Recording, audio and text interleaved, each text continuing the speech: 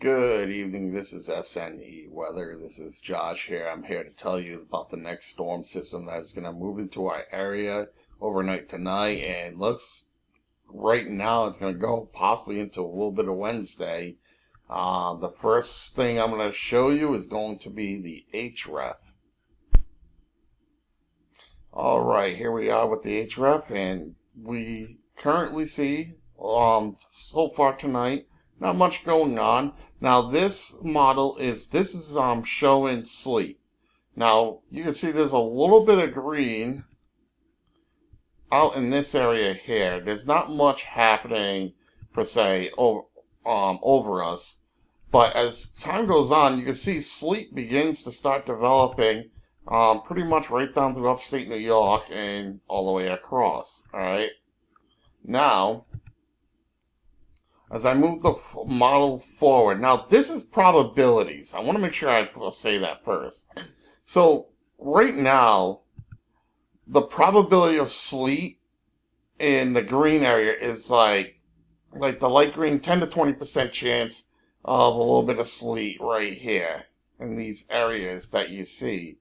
Now, the further north you are, the better chance it's going to be, that'll be sleet. Now when you start seeing the light blue and the dark blue to the light blue, that's about 20 to 50% chance of it being sleet. And that's pretty much here. And, you can see that up in Vermont as well. So my thinking right now is on the onset that there's a possibility of some sleet in northwest Rhode Island and going up into the Worcester Hills, maybe into Attleboro, maybe close to Walpole. I'm not too sure about Norwood at this moment, but as we move it forward, you can see this really starts to expand out. You can see right here, and this is going into starting very early Monday morning. You're getting some dark, more blue coloring up in here, which is about 20 to 50% chance of it being sleet. Now the yellow colors is 50 to 60%, and you did see that. I'll back it up once. You can see that up in right here in the Vermont area and going through there. I'll go a little further in time, and you can start seeing where the better chance of sleet's happening. And that's pretty much just like in the Worcester Hills area, maybe in the Berkshires and starting to get into the Green Mountain areas. Move it forward a little more, and you can see that sleet really moves up north. This is on Monday. In the morning, you see sleet moves up here. So if it's sleeting, what is it doing here? Well, here's the freezing rain. And you can see the probability of freezing rain in these areas here, right up through here and right through here, is pretty much a 60 to almost 100% chance of freezing rain. So, with that said, I'm expecting some very, very icy conditions in these areas. And I'll move even further, and you can see it gets into northwestern Rhode Island. You can see, like, this pretty much just sums it up. Look, these are all hills and mountains. These are all higher hills and mountains, and that's pretty much sums it up, like, what is going to happen with this storm system. I'll move it further, and you can see it backs off a little bit. Now we're in, let's see, we're still in Monday, and, so it's going to be kind of a long duration event. Here we go, back with the sleet, and you can see, look, boom, sleet just explodes in these areas.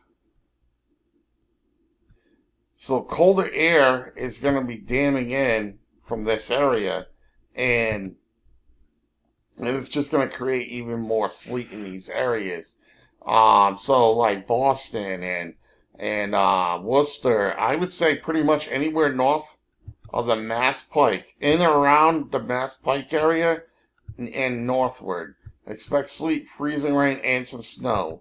The only area I think is going to see snow out of this is going to be up here. Accumulating snow is up in far northeast Massachusetts. I would say east of, I would say Haverhill and points eastward pretty much. I don't think it will get as far south as, I'm trying to think of that city. I forgot the name of the city. I would say Danvers. Like, it may not get as far south as Danvers. Like, Danvers might be, like, right on the line for that. Alright, so let's go look at the simulated radar. And here we are. This is the HRR, high resolution reflectory radar. And you can see rain is starting to move into these areas. It'll be moving east throughout the night. Move the radar a little forward, and you see pretty much light to moderate rain just moving through, and it starts getting a little heavier, and right in these areas here. It's possible that what we're actually seeing is possibly maybe even a sleet line developing here. It's possible that what this model is suggesting is a little off. It is also possible that it is going to be raining. I do believe that an area from like here, let me do that again, sorry. I would say just a little further north of Plymouth, going through, I can't think, Norwood area, maybe even the Attleborough, and then just points like this. I believe these areas are going to be at the possibility of some icing. I think the greatest risk for icing right now is going to be right around, I would say, just west of Boston, and then like pretty much just straight down the Mass Pike, in and around and points north. I think that those areas have a really great chance of some significant icing taking place. And you can see as the storm system moves up, and you can see like, and you can see right here as well, the NOM, I'm sorry, not the NOM, the HRR, let's try that again. The HRR is showing some icing even getting up into like the New Hampshire and Vermont area.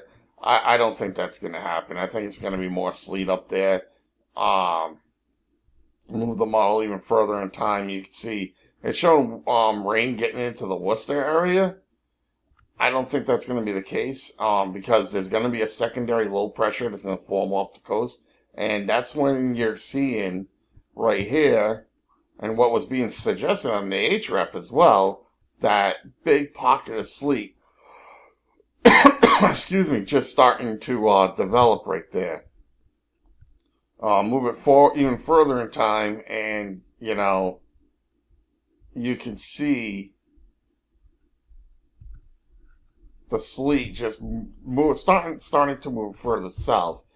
I'm curious about these cells here, down here. It's possible that they could be thunderstorms, and it's also possible that they have sleet in them as well. I'll move it even further, and I mean, we're now, let's see, 9 o'clock at night on Monday, and our storm is starting to move out, the first part of it. So let's get into the European computer model. Here is the European computer model's freezing rain accumulation. And you could see there is some hefty amounts of ice up in this area here, in those hill areas. And, you're talking, it's going to be a lot of tree damage, a lot of wires down, especially when you're getting almost an inch of accumulated ice. And you could see here on a closer up image of the upper Worcester County and out in the Berkshires, You know, there's areas, especially, oop, wrong button. Try that again. 1 second. All right, here we go. Here we go. Up in this area, you know, you're talking about maybe an inch or more of ice.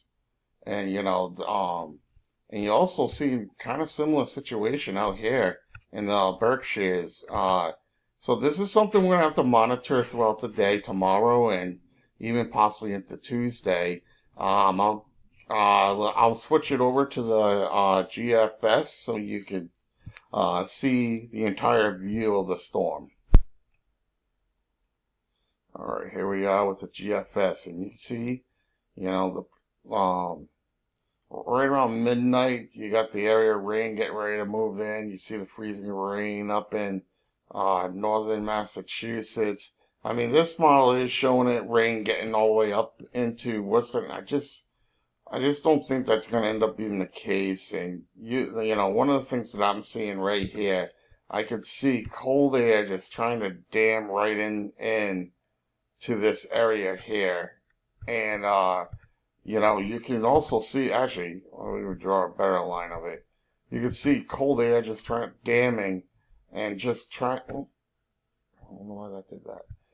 Just trying to dam right in, like right into this area here. I don't think it'll get all the way to southern Connecticut, but I could see from these isobars that cold air is trying to get into there.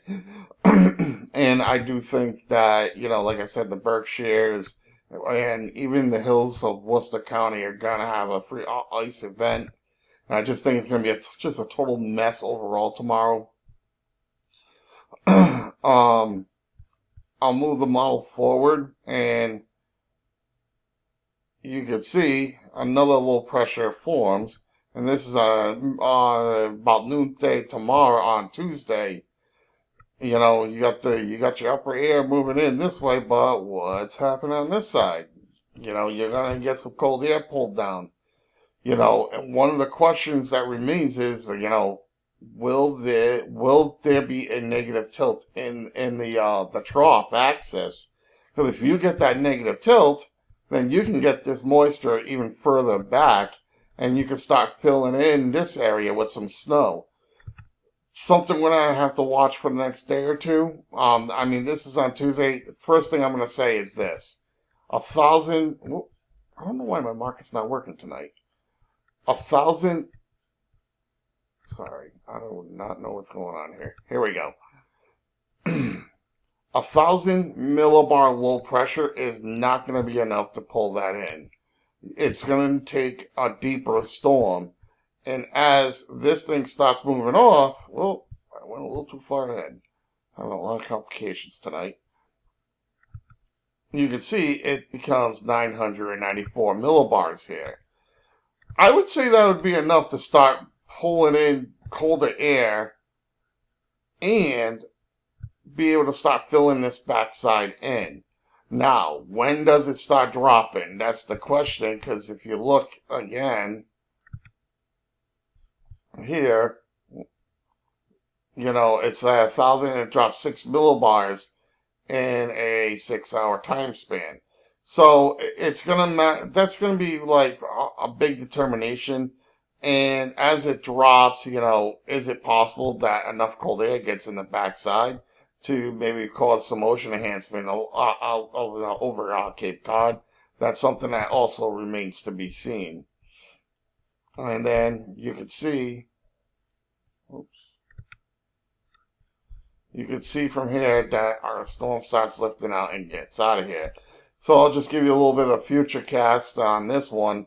So we could see around January 3rd, you know, we got a little bit of a rain event coming in.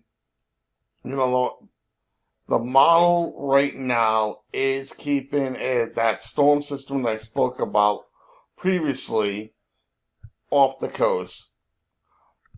So I'm going to be monitoring that because I'm always expecting it to come back further west as always. Excuse me. And then further on, looks like a little bit of a clipper kind of system. It's just going to be too far north to produce snow for us. And then, just another little rain clippers type system. Now this one's, I would say, is more interesting because of how far south it is. I mean, this is like, a couple weeks out. Being this far south and diving like this, I've seen these produce, um, produce snow all the way to the coastline.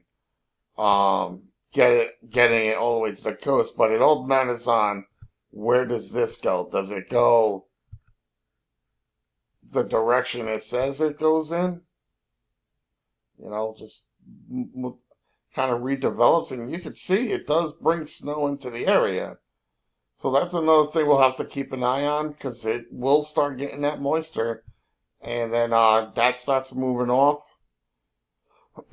And then we got another system, and it just seems like this year that a lot of our systems have seen, and I've seen this happen in previous years, go up this way, and you just get another low pressure redevelops just right here. Normally we don't usually get our big snowstorms until mid to late January anyways. So this is around mid-January, and then, that system, it just goes and moves up. And it doesn't even look like it redevelops or anything. So just something to watch in the future. But for now, we're going to be keeping an eye on this storm system that's going to be coming up through and redeveloping off the coast on Tuesday, and then moving up into the Gulf of Maine. Just a quick look at the Euros projected on this. And here's the Euros projection on this.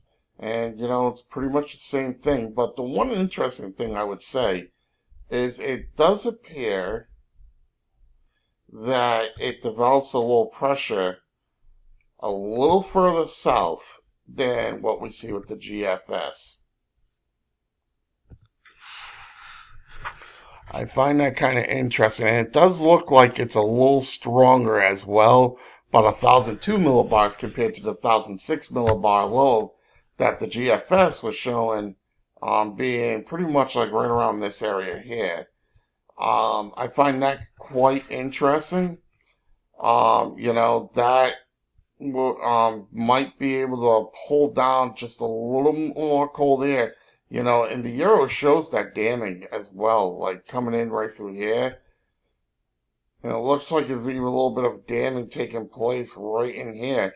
So I think the models have a pretty good idea of who's going to be getting a lot of ice and a lot of sleet.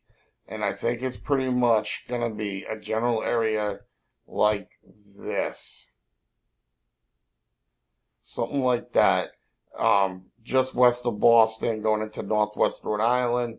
I would say more western Woonsocket area, and then just pretty much all the way down. But the significant stuff is pretty much going to be just west of Boston. I would say almost like out into Framingham, or just west of Framingham, and right down the Mass Pike north. I think it's the best shot of they're going to get a significant ice storm out of this. Alright, and here we go further into time, and you can see it pretty much is the same as the GFS, except that I would say that it moves the low pressure, over the Cape area, and so you won't, if that happens, then the changeover is more than likely not going to happen for the Cape Cod area. It moves over, and then it finally starts moving out of the area. And you can see, as I said before, when does this low pressure start dropping? And you can see it fills in pretty good with snow over in this area. And it's a 900, let's see, 992? About 990 millibar low right there. And back it up a little bit, you can see it fills in with snow pretty good. So we'll just have to see what happens if the cold air ends up getting into the backside of this system to produce a possibility of a changeover. I would say right in this area here. The possibility of a changeover later on for Tuesday, maybe even to possibility of Wednesday. That remains to be seen. I like to see what the models do with that in the future with that with this system. Josh, and this is SNE Weather, and I want to give a special thanks to a friend of mine, Bubba Donovan, who created the introduction of SNE Weather, the image you see. I just want to give a special thanks to him, and I appreciate him taking the time and producing that for me. Everybody, have a great night.